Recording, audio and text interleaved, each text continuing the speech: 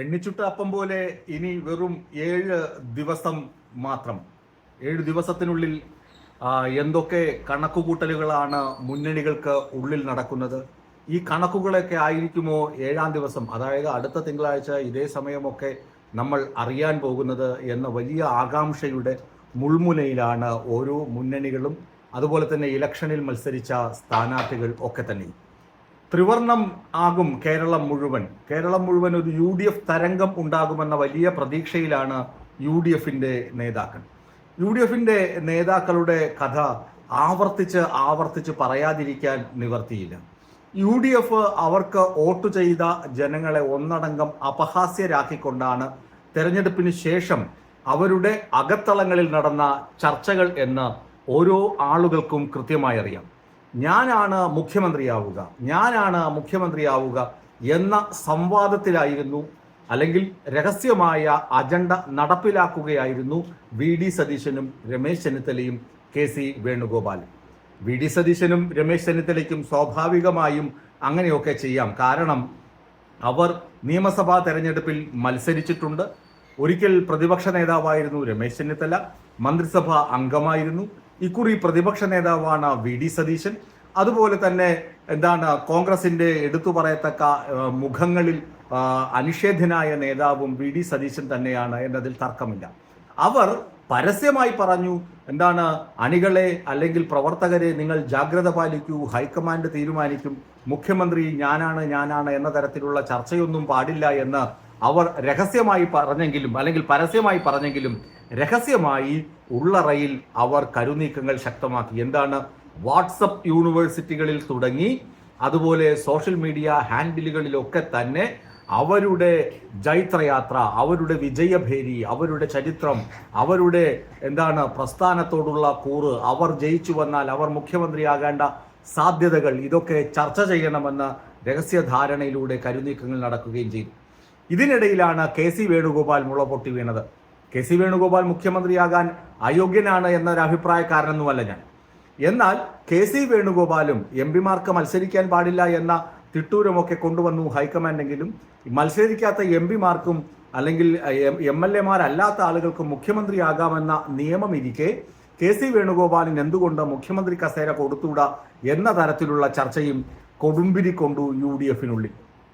ഇതൊക്കെ കണ്ടിട്ട് പാവം കുഞ്ഞാപ്പ എന്ത് ചെയ്യാൻ, അതുപോലെ തന്നെ മുസ്ലിം ലീഗ് എന്ത് ചെയ്യാൻ?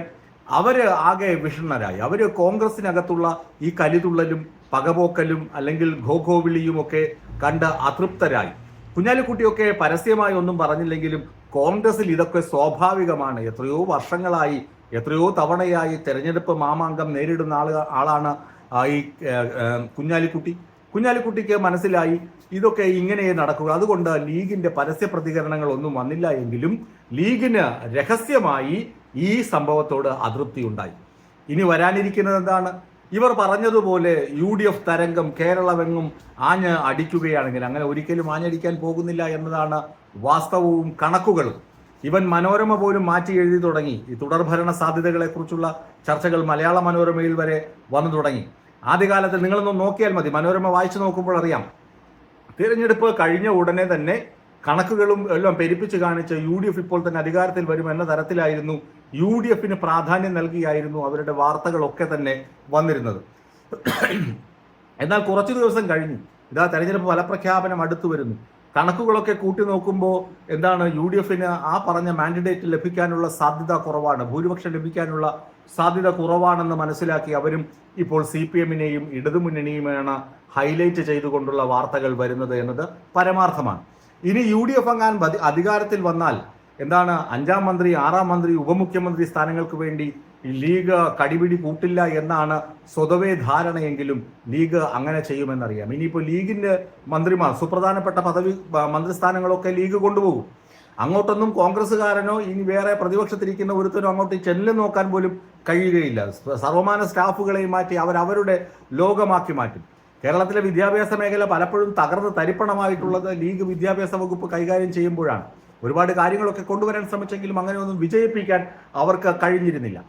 പിന്നെ മാത്രമല്ല അവർക്ക് ഒരു ലീഡർഷിപ്പിന്റെ കുറവ്. ഇപ്പോൾ VD സതീശൻ മുഖ്യമന്ത്രി ആവുകയാണെങ്കിൽ ചെന്നിത്തല VD സതീശൻ പറയുന്നത് കേൾക്കുമോ? കേൾക്കില്ല. ചെന്നിത്തലയുടെ വകുപ്പ് വി ഡി സതീശന് ഒപ്പ് കിട്ടാൻ വേണ്ടി കാത്തിരിക്കുമോ? ഇതൊന്നും നടപ്പാകുന്ന കാര്യമല്ലെന്ന് സാധാരണ ജനങ്ങൾക്ക് അറിയാം. അതുകൊണ്ടാണ് സാധാരണ ജനങ്ങൾ ഇടതുമുന്നണിക്ക് അനുകൂലമായി വോട്ട് ചെയ്തതെന്ന ധാരണ മനോരമ ഉൾപ്പെടെയുള്ള മാധ്യമ പ്രമുഖർക്ക് മനസ്സിലായി എന്ന് വേണം ഈ കാലഘട്ടങ്ങളിൽ, ഈ ദിവസങ്ങളിലുള്ള വാർത്താ വിശകലനത്തിൽ നിന്ന് മനസ്സിലാക്കേണ്ടത്, അതുപോലെ തന്നെ കണക്കുകളിൽ നിന്ന് മനസ്സിലാക്കേണ്ടത്. ഏതായാലും UDFന്റെ തൊഴുത്തിൽ കുത്തും തമ്മിലടിയും ജനങ്ങൾ തിരിച്ചറിഞ്ഞു. അതുപോലെ തന്നെ നേമത്തെ ഒരു 56 ഇഞ്ചനുണ്ട്. ജനങ്ങളെ കണ്ടാൽ പരമപുച്ഛത്തോടെ നെഞ്ചുവിരിച്ച് കൊണ സംസാരിക്കുന്ന ഒരു പകുതി മലയാളിയായ 56 ഇഞ്ചുകാരൻ. അയാളൊക്കെ ജയിച്ച് നിയമസഭയിൽ എത്തിയാൽ എന്തായിരിക്കും അവസ്ഥ എന്ന ആളുകൾ മൂക്കത്ത് വിരൽ വെച്ച് തുടങ്ങുകയും ചെയ്തിട്ടുണ്ട്.